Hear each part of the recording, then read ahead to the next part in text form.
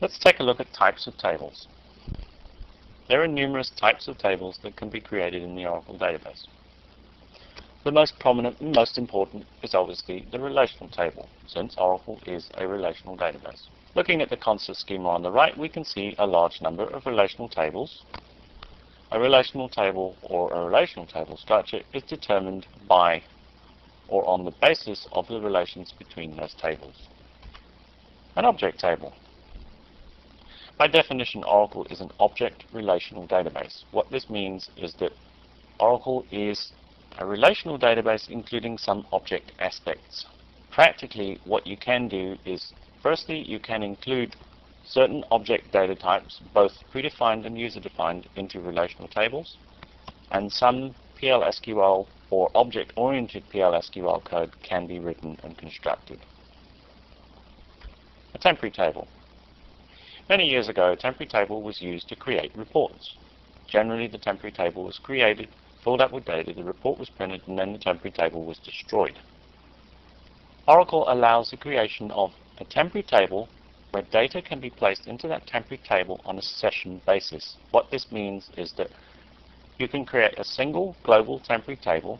Multiple sessions can access that temporary table and create their own sets of data within that table.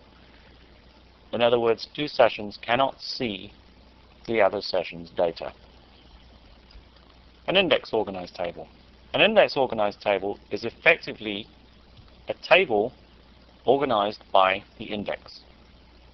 In order to explain an index organized table properly, let's go back to what is a table and an index. Let's take, for instance, a table such as a customer table, which includes a customer name, address details, amongst other things. A multiple column table. And let's say we want to create an index on that table, namely on the customer name or a customer ID. That index would actually be a single column as a copy of one of the columns on the customer table. Internally, within the database, what you actually get is two physical files. You get a table file with the data, and then an index file with just the single column, the index. The reason why you need to do this is because searching through that physical index, which is a fraction of the size of the table, is much quicker because it's physically smaller. That's the difference between a table and an index on a physical level.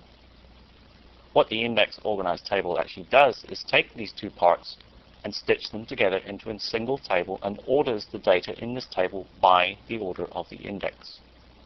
A cluster. A cluster is somewhat like an index organized table, except all the index columns and the data is not stored in a single table. Additionally, what the cluster attempts to do is it takes multiple tables, in other words, a join, and joins the data in those multiple tables into a single table, sequenced, organized, or ordered by the cluster index.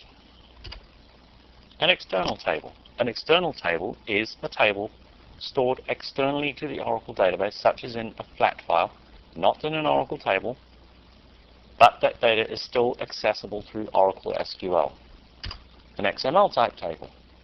An XML type table literally allows the storage of an XML document. In other words, using facilities and procedures in Oracle, you can actually access that XML document as an XML document, not as a text file.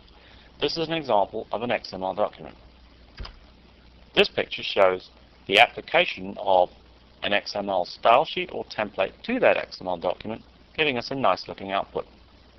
The reason why I include this is because XML is becoming very prominent and will do in the future. There are a large number of facilities and capabilities of coping with XML in Oracle. Partition tables. A partition, as we can see in the diagram, is literally a split of a single table into multiple tables, placed on separate disks. Why would you need to do this? A very large table, large amounts of data. It takes a long time to search through. What you do, or what a partition does, is effectively splits that physical information into separate pieces which are much smaller. So you can execute SQL statements on individual partitions, on multiple partitions in parallel. You can also use the equivalent of what would be a Unix or a DOS move command, which is very fast, to physically rename and remove or re-add new parts or partitions into that partition structure. Partitions are used to increase the performance drastically on very large amounts of data.